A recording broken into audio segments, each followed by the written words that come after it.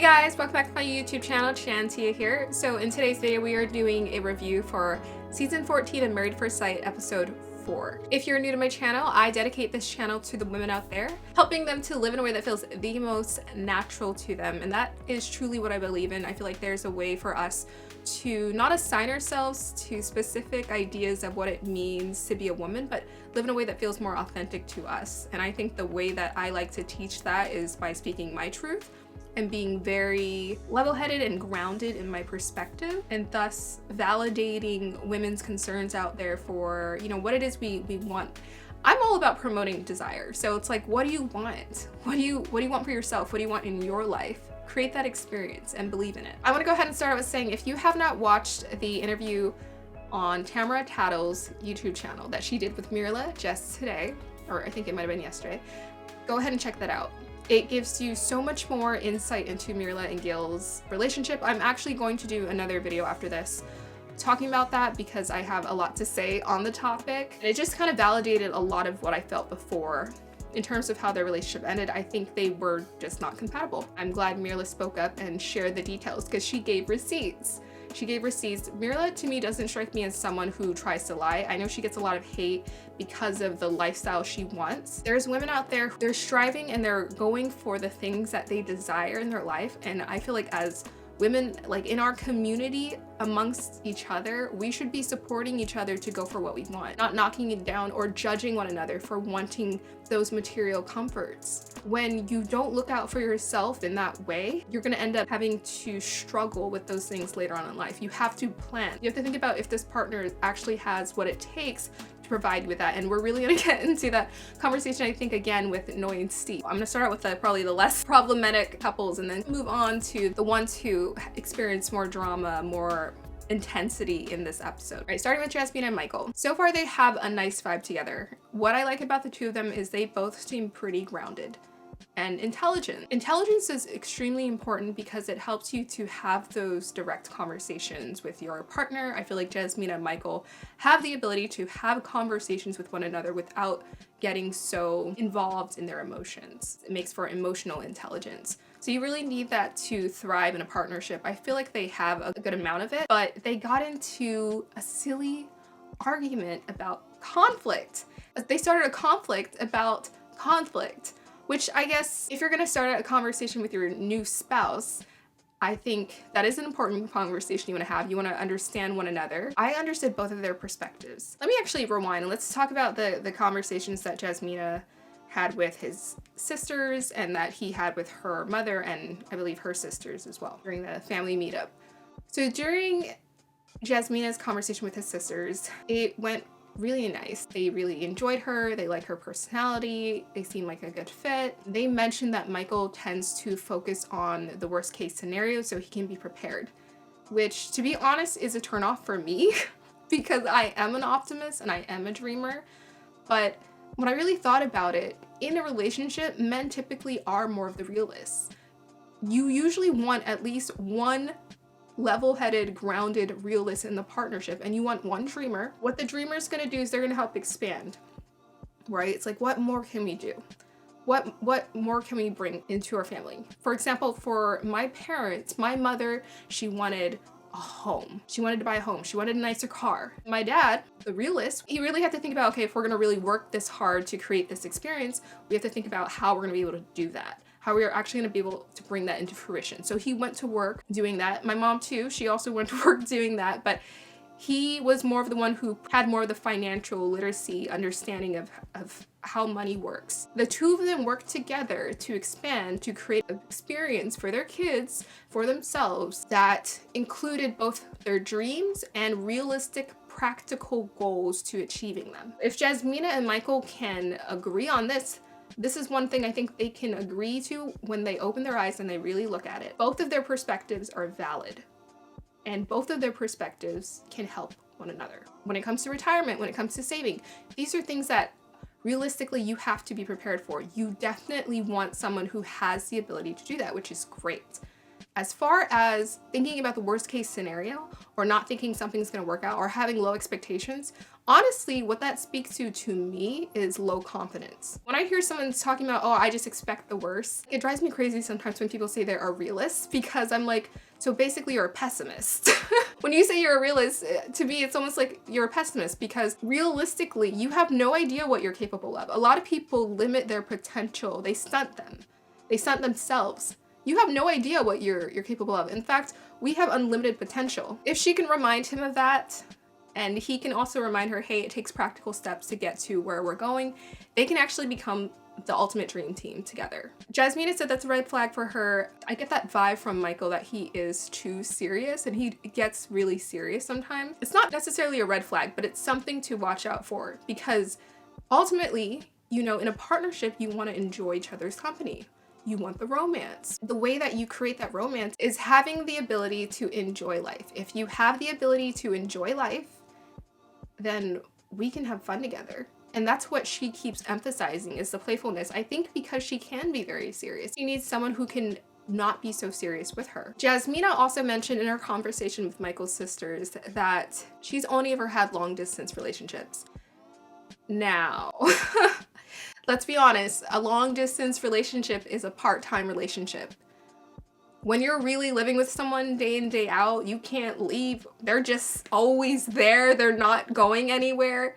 It paints a whole nother picture. It's a whole nother experience altogether. It's not necessarily concerning, but she hasn't really experienced a real full-time relationship. When she talks about infidelity in relationships, long distance certainly makes it convenient. I think having an in-person, close, intimate partnership is ideal for her, because she can actually foster that closeness. And I think that's the thing she was looking to and craving, is that intimacy, that closeness. That's why she signed up for this show. That's why she agreed to it. And that's what she wants the most in her partnership. She wants to feel close. But I think she's also a naturally very independent person. I think when it came to her conflict with Michael, that's leadership. Someone called it bossy in the comments when I was like watching another video. I think let's kind of stray away from this idea of bossy. This is my opinion.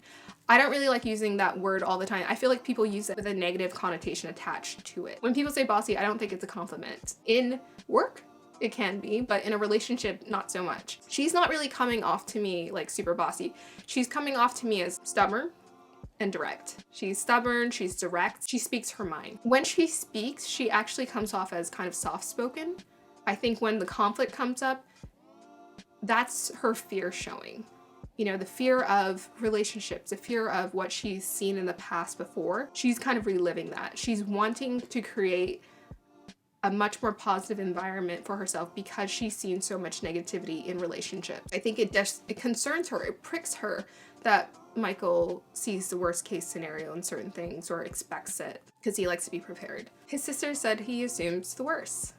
He assumes the worst. And honestly, that's not, if I hear that, the thing is, it was not mentioned just once, it was mentioned multiple times. So if, you know, the family is putting such an emphasis on that characteristic trait, that is a little concerning because I'm like, you know, okay, whatever, I'm sure he has positive things. I want you to highlight all of those awesome qualities he has in terms of like being the partner. I guess that's the one thing to look out for, and that's what they're editing on the show. They're emphasizing so as to kind of create more drama. She has to really think for herself, like, sure, he assumes the worst, but don't just assume that's all it's gonna be. If you're gonna do this show, this is your opportunity to really pay attention and observe another human being, really get to know them, and use that as an opportunity to see for yourself, let the experience unfold and learn who this person is and see if that is actually who they are. Do they actually have a lot of positive qualities that overshadow, blind out those shadowy attributes of them as well? When Michael was having a conversation with Jasmina's mother, he talked about how he didn't have any examples of a married couple, and apparently Jasmina doesn't have any either, which I'm kind of confused because I'm like, isn't her,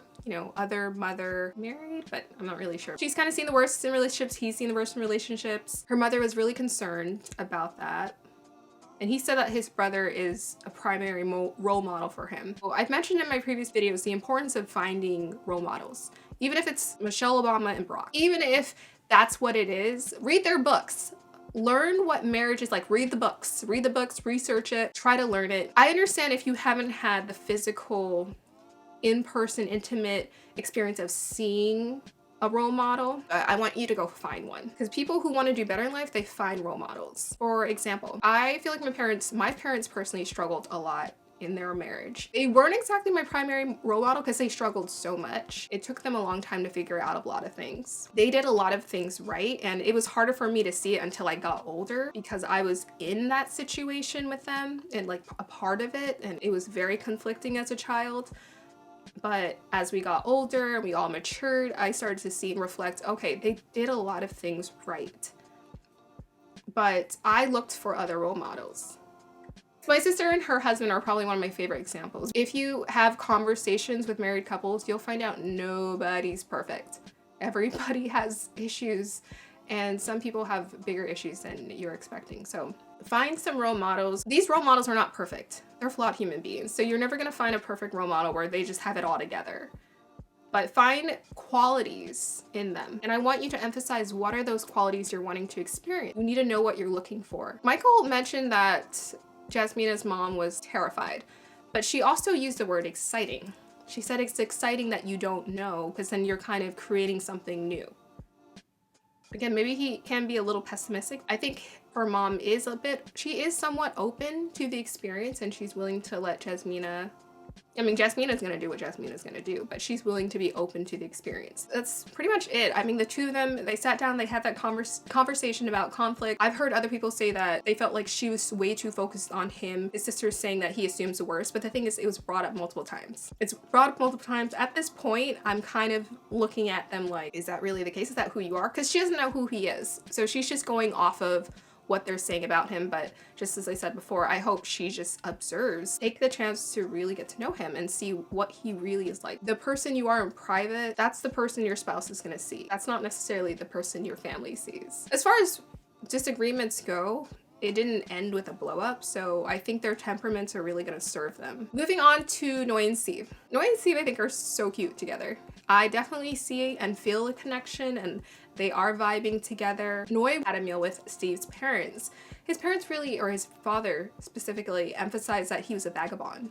He wants to just travel. I really appreciated how honest his father was about that. That's what he desires. Now, I'm curious to know, Steve, how are you gonna create stability? Is that lifestyle a lifestyle you wanna create with your wife? And where do kids fall into place, and work and career fall into place when it comes to this desire to be a vagabond? It makes a lot of sense as to why he's single. I think every woman knows if a man's ready to be married, but some women delude themselves into thinking he's really handsome, we're vibing together, we got chemistry together, but that's not enough. All of that stuff fizzles out. Years into a relationship, by the time you're struggling financially together, you're so drained that you don't really have enough emotional energy to give to the love, to nurture the relationship. I'm gonna emphasize it time and time again, finances are so important. Now, when Steve was having a conversation with Noi's family and Sriracha, Noi's brother, I love the questions that Noi's brother was asking Steve, because I can't remember Noi's brother's actual name now, because Sriracha just sticks out to me, and I love Sriracha sauce. Sriracha said, hey, what's your plan? What kind of life do you want? And I really love that question, because he opened the floor, he, she, I don't know, he, she, either pronoun, open the floor for Steve to choose, what do you want? Every person deserves to have what they want. Sometimes people are impatient and they're like, oh, but I want this. I want the marriage and the kids. There's a reason why you're not married. There's a reason why you're single. There's a reason why you don't have kids. There's no shortcut in life. You have to build all of those things into your life step by step. If you're going around and you're traveling and you're not settling, and a woman is dating you and she's like, what do you do for a living? And you tell me, well, I don't have a stable job. She's gonna look at you like, okay, but how are we supposed to have kids? Like, who's paying the bills here? She's gonna be really concerned. Now, I love that Noi is giving him a chance. Now, Steve, when he was having a conversation with Sriracha, he said that he prefers freelance. But when he was having a conversation with Noi, I don't know, maybe it was the way that it was edited, he said, we're gonna have to think about that and have those conversations.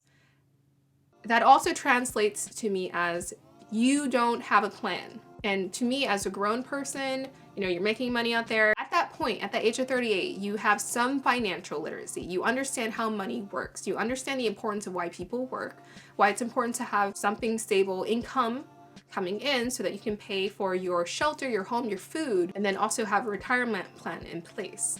So to me, if you do not have plan A, B, and C, you're not quite ready for marriage. Now that might sound overwhelming to people, but when I'm talking about plan A, B, and C's, the mother especially, she's gonna become mama bear. Her kids are going to come first. Most parents, that's just the case. Your kids come first. You're helping them to survive and thrive in the world. You have a plan. You're thinking about, okay, I wanna get this job. If I have to work overnight, if I have to work weekends, I'll do whatever I need to do to make sure my kids are fed and comfortable and living well. So I wanna hear him have a plan. I'm not hearing a plan, and that is concerning, and that also explains why he may be single. Women may have picked that up. Okay, you're handsome, you're free spirit, you're caring, you're fun to be around, but you don't have all of your pieces together. You're not ready for stable marriage. One of Katina's friends mentioned that marriage is a final decision. It's the ultimate commitment. In order for you to enjoy marriage, which is a privilege, you have to have a stable career or income, because marriage is about building things. It's about having a steady foundation. It's about building something with someone else. Without you having your foundation set, you two together cannot build anything. A man without a plan, to me, cannot be a husband. What I really like about Noi and Steve is they're the heart relief for this show, because like everyone else is teetering as far as whether the relationships are gonna work. We watch this show because we like romance. We like the romance, we like a little bit of the fantasy, the idea of it, but we want to see people work together and be happy together. I feel like Noi and Steve are definitely creating that for us on TV. I liked it when they were in the room together and he got on one knee and gave her the ring pop and she laughed. And when they were outside, they arrived at Puerto Rico, he's like, hey, come give me a kiss. And then when they were on the balcony, I think they were enjoying a glass of champagne, he was joking about how the building is tall and he's tall and this is how his life is every day.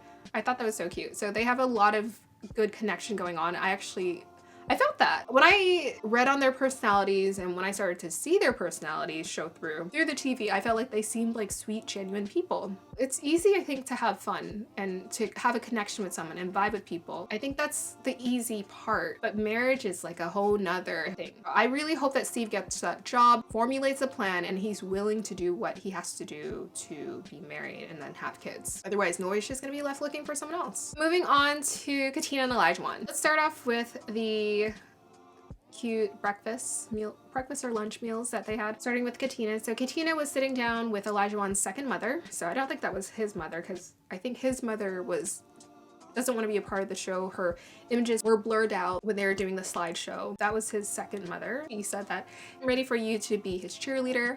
What I appreciated about his second mother, is that she seemed to be very honest and direct about what he's there to do, which is he's open to the idea. He's open to wanting a wife and kids. She didn't say anything about, oh yeah, he's definitely ready. He's open to it and he wants it. I feel like he prematurely stepped into this opportunity. I don't think jumping into the change will make you change. I was actually watching this episode with my dad, and my dad's like, that playboy energy, that is hard to get out of. That takes a while to get it out of your system. I don't know that it's necessarily not out of his system, but he hasn't let it go because it keeps coming up. And he keeps coming up. It's only like day 2. He's already mentioned a million times that he's been a playboy in the past. Leave the past to the past. I want to hear about what qualities, like what's your present? What qualities are you here to bring into the partnership that says you're ready for this now? When Elijah one was having a conversation with Katina's friends, her friend mentioned that marriage is a final decision. Her friends were asking great questions. They were being really serious with him, and he was saying, I have to prove myself to them. I have to. Yes, of course you have to prove yourself. She's a jewel. She's a treasure. You want to treat her as such. Every family is going to go into it expecting you to prove to them that you deserve their precious daughter, that you're going to cherish their daughter. Him getting defensive is a sign of immaturity. If you just say, hey, I'm willing to do what it takes to prove to you, he has an issue with authority in that sense. You have an issue with authority, you're not quite mature.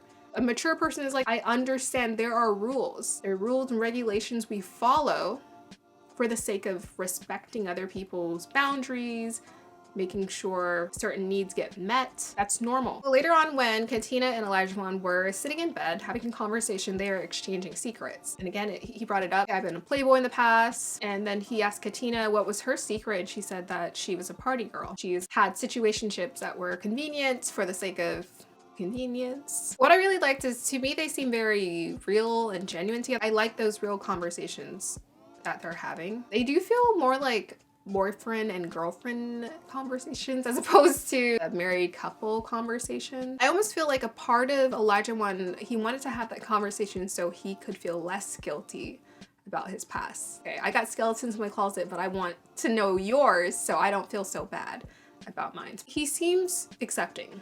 And I feel like someone who's been on the other side of chaos or messiness, they would know how to be open-minded to other people's past and issues. I like that about him. He does come off as very transparent. When they had the disagreement with Lindsay and the two of them stuck it out together, I really like that he had that conversation with her in bed about, we need to focus on us. We need to be positive. There are bits of immaturity to him, but there are bits of maturity to him too. I feel like he has good intentions. If you were to compare the two, because Zach is obviously a playboy, if you were to compare the two, Zach to me always felt kind of self-focused, like he was focused on his self.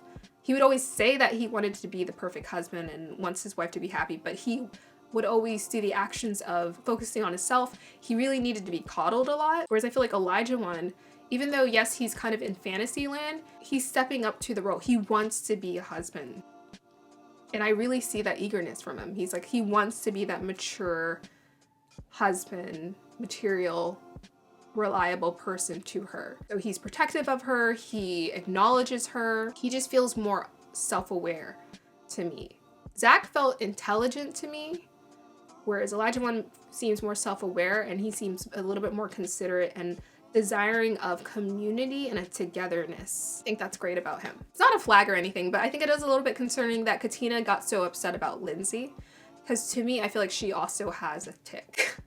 Like she has buttons that can get pushed. How you react, how you respond to people tells me your level of maturity. I don't know. Again, I feel like they are a match, but I feel like there's some maturity issues for the both of them. It seems like she needs to learn how to conduct herself too, or just a little bit more emotional control, self-control.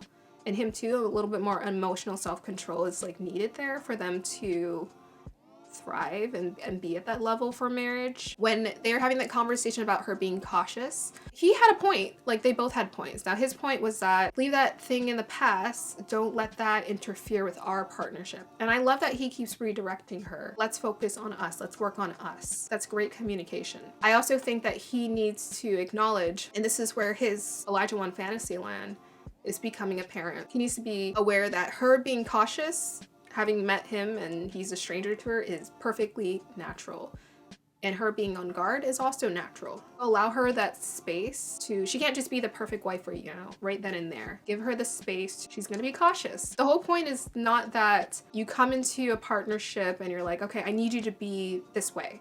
It's like you communicate and you give each other space to grow into that experience together. Okay, now that we've talked it out, I can work on it. And now I'm gonna show you. And because I'm showing you, that shows you my commitment to our partnership. So I think Katina and Elijah are off to a pretty good start. I like the team work together. I don't know that I have to be convinced. They work through some things. If I see how they work through their conflicts and any kind of issues and drama, then they'll be fine. Moving on to Lindsay and Mark. During Lindsay's conversation with his friends, they talked about Mark's mother. Mark also mentioned how his mom has issues with depression, and Lindsay I don't know if she was a caretaker. I think she was a caretaker, but she mentioned how she understands delicate family situations. So she's very compassionate to his situation, which is great. She, on multiple occasions, acknowledged his compassion and his warmth. So that's great. His friends mentioned that her personality would help to level him out a little bit, maybe because he's too serious or maybe life gets too serious for him. She seemed to have a good conversation with his friends and they seemed to enjoy her, like her, and she was receptive to what they had to say. I think they're off to a good start. Mark was sitting down with Lindsay's father and her friends, and I have a problem with this. So when I hear a grown man, father, talking about his grown daughter and saying, hey, you're gonna have to reel her in. You're gonna have to regulate her emotions. I have a problem with that because she's a grown woman. Here's my belief. As a parent, it's your job to teach your children how to regulate their emotions. 1, through example, and 2, through discipline. You have to remind them. And I would know, I work with kids. So I'm like, if the parent doesn't do the job of disciplining that child, and that child comes to the school and has behavior issues, I have to do a little extra work to teach that kid how to regulate their emotions because their parents didn't teach them to. Now, I know to some degree, a lot of kids, they're still learning a lot of things and they need that extra bit of discipline. They need a village. It takes a village to raise a child. But Lindsay isn't a child. She's not a child. She's a grown woman. My expectation going into a marriage is that I'm a grown person who knows to regulate my emotions, and my partner is a grown person who knows how to regulate their emotions. If my job in our marriage is to regulate my emotions, your emotions, and the kids' emotions, and raise them, I'm gonna be so drained. So realistically, that's so unhealthy for any person. It's gonna be extremely draining. You think about Mark, he's already a caretaker. He's already there for his mother and his parents and trying to be supportive to his family situation. So on top of that, now he has to regulate a grown woman's emotions. Now, Mark confronted Lindsay. After Lindsay had that confrontation with Elijah and Katina, he told her, this isn't what I want in a wife. So I'm really glad he spoke up because you need to let her know right away. And I think Lindsay heard him, but does she have the generosity to fold and let go of her selfish tendencies and care more for the partnership and do what's right for the partnership so that they both can live life with ease? That's why you're single. Because no one wants to have to put up with that. That's too much. So the thing is, people want to go out there, they want to be stubborn, they want to be their big personality, they want to be their thunderstorm or hurricane, but you're going to end up alone. Because when you do that and you're so selfish with your emotions, your partner, the people around you, they don't have space to feel their emotions. That's why you have friends, but you don't have someone who's there with you all the time because it's too much. It's too much. So Lindsay started having a Karen moment. She talked about Elijah and how he made her feel so uncomfortable. And I was sitting next to my dad watching this episode. Some people have privilege. They don't realize they're using to their advantage. But beyond that, it starts with how they're raised. Me and my dad were having this conversation. It's a learned behavior. Those Karen tears are a learned behavior. Lindsay's father obviously catered to her Lindsay ways. She has a vicious tongue. That's what he said. Here's her Lindsay survival kit. Here's the no button, which by the way was hilarious. Here's the no button. You gotta watch out for her. Well, where was the parenting? Why am I, as the grown partner, am I having to raise your daughter? During the after party, Elijah mentioned that the flight attendant had to baby her because she was yelling and getting loud and getting out of her seat and taking her mask off. That just kind of validates my concern of having to regulate a grown person's emotions. People constantly feel like they're having to monitor her. Mark is intelligent. He knows what he wants. He knows what he deserves. He's going to call her out, as he already has. I think he's very compassionate. His friends have mentioned he's so giving, he's so compassionate, he's generous. He's willing to give it a chance. I do feel like the experts kind of did Noi a disservice in matching her up with Steve, who doesn't have a job. And Steve, who almost seems like he's not interested in getting a job. Let's be honest, he doesn't sound like he's interested in it. And Lindsay, the thunderstorm, you're really doing the contestants a disservice. These people are not ready for marriage. Look at if I can see the flags across the TV in your conversation before you've decided to pick them, is this shady matching? I like when Lindsay calms down and she's considerate, and I like how loving and fun she can be. But if she does not tame that thunderstorm part, she's gonna have a hard time being in a long-term committed partnership. She's gonna be living on her own with the cats. Right? She's gonna become the cat lady. That sounded messed up when I said that. I don't know, that sounded messed up. I mean, she kind of already is, right? She is the cat lady right now. She'll be doing herself a disservice if she doesn't change her behavior. So I hope she does. And Lindsay mentioned that she always gets in relationships with takers and losers. I have a problem when someone says that all they've ever dated was losers, because the person you choose, the person you bring into your life, that's direct reflection of you. So when you're calling that person a loser, what do you think you're saying about yourself? How a person talks about their ex, pay attention to that, because that says a lot about who they are. Why are you constantly choosing losers? and takers. Last note I want to say about Mark and Lindsay is that Lindsay mentioned that Mark was a ride or die. He was supporting her after the confrontation with Elijah one. I've already said it on my channel before. I do not support this idea of the ride and die. No, if someone is taking you down a dark path, you jump off, because you deserve to be happy. You deserve to live a good life. You deserve what you deserve. Do not ride or die. People have to also earn your commitment. They have to earn your loyalty. And the way they earn that is by showing you, reflecting back to you, the qualities that are of the same. Are they being considerate of what you desire for that partnership? So if Lindsay keeps acting the fool in her relationship and is constantly confrontational, which Mark called out on at the after party, he said he doesn't like confrontation. So he's going to get drained by that. If she changes her ways, they can make it. If she doesn't, it's not going to work out. We will see. Mark has surprised me in terms of his patience. I give him props for that. Again, Mark, props for the patience, but also know your worth. This is Married at First Sight, so you just met this person. And he acknowledged that. He's like, I just met her. So if you decide that this stranger is not presenting you qualities of a wife, you're allowed to choose to leave that partnership. Karen tears were very disappointing. It was on Twitter and people were not feeling it. Now let's move on to another person that people were not feeling, Alyssa. She was gaslighting the heck out of Chris. Let's start out with the conversations they had with the parents. So when Alyssa was having a conversation with his mother and her mom was like, oh, you guys are a good match together, she basically didn't say anything. When Alyssa was sitting down with Chris's family, his brother and his mom, they mentioned that he's a workaholic. And that is interesting. That might be the main issue in his partnerships. And I wonder if that's what made his partnership so incompatible, is he was a workaholic and they didn't like that. That is a certain kind of lifestyle. If you think about these like CEOs out there, they're living those like fast-paced, busy lifestyles. They probably have the hardest time maintaining partnerships because their job is so demanding. So you have to be partnered with someone who is very independent and is very supportive of that lifestyle and is very supportive of what they're trying to build together. That's a loud plane. I don't usually get planes that fly over here that loud. That is something for Chris to take note of moving forward into his future. If maybe he has to cut down on work or change his schedule, or just be very communicative about that to his partner or the people he's dating. Like, I work a lot and I really like what I do. And that's great. He also said that he was looking for someone who loved what they were doing. And that was more important to him than how much they make.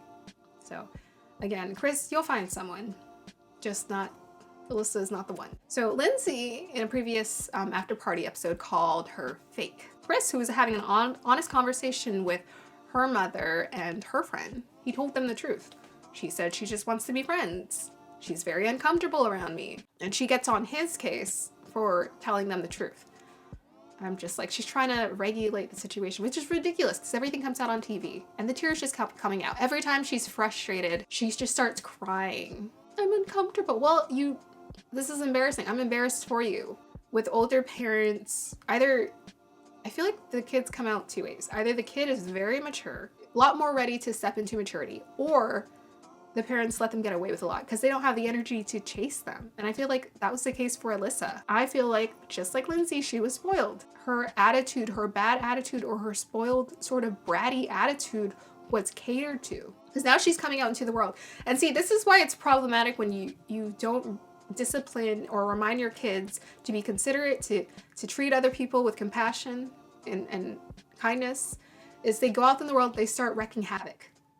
They start creating drama in other people's lives. That's a direct extension of you. And when Alyssa's mother is saying, oh, I think she just needs time, and her friend is saying that, I don't know if Alyssa presents a certain way in front of her family because they just get to see the good stuff or what the deal is. I am not saying that. She is so dramatic and she keeps throwing constant toddler tantrums. Right, so let's rewind.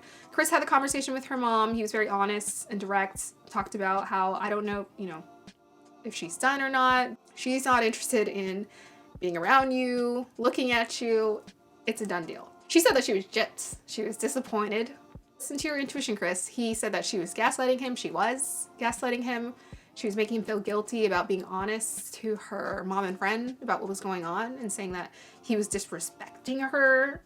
I mean, it's ridiculous. She talks about how incompatible they are, but she doesn't even know who he is. She's starting with positive things Like his friend saying that he likes to teach. She's turning the positive things into negatives, just so she can use any bit of arsenal, any bit of ammunition against him. You know, it's one thing, I think, to not like someone. It's another thing to be like, you're a bad person, when they're a perfectly good human being. As far as I'm concerned, Alyssa, you will continue to attract negative partners into your life because, girl, you are giving off bad vibes, bad attitude, and bad energy. I feel like I am getting thrown back into memory land when it comes to Chris. It reminds me of Paige and Chris and Paige in their situation and how he treated her. When Chris talks about saving this marriage, let's talk about the definition of a marriage. So Chris wants to save this marriage. It's not a marriage. A marriage is an agreement between two parties where they agree to commit to each other and be with one another. Showing up for the wedding, signing the contract doesn't make it, I mean, legally, yes, it's a marriage, but the very definition of the marriage is an agreement between two parties to be committed together. As far as I'm concerned, Alyssa isn't agreeing to be committed to this guy at all. She's not doing anything. She's not showing, she's not trying. He's calling her out. I hope he keeps calling her out and ends it and ends the misery. You deserve way better. My dad was hilarious. My dad was like, ugh. Like every time she came on TV, he's like, ugh. And me too. I was just like, ugh, her attitude is just like, it's horrible. My dad said if it was him on the show, if he was Chris, he would be out there looking for some girl in Puerto Rico because this woman ain't trying to do nothing with you. So move on, Chris, please. As far as Alyssa and Chris go, I hope he moves on quick. Just move on. Please save yourself of any continuous stress and move on with your life, Chris. We support you. She cray. This girl is crying up a storm, crying up a river, and making up excuses to make you feel bad, and you do not deserve that. Chris is handling Alyssa with a lot of grace as well. So props to him with all that patience. I love that he's calling her out. Please continue to do that. That is my review for Married at First Sight. I'm gonna go on and start another video and talk about Mryla and Gil's situation. Thank you guys so much for watching. Show support for the channel. Like, subscribe, and comment down below. I always read your guys' comments, so please share your perspective with me about the couples, about this episode, and I would really appreciate that. Have a wonderful day or evening. Bye.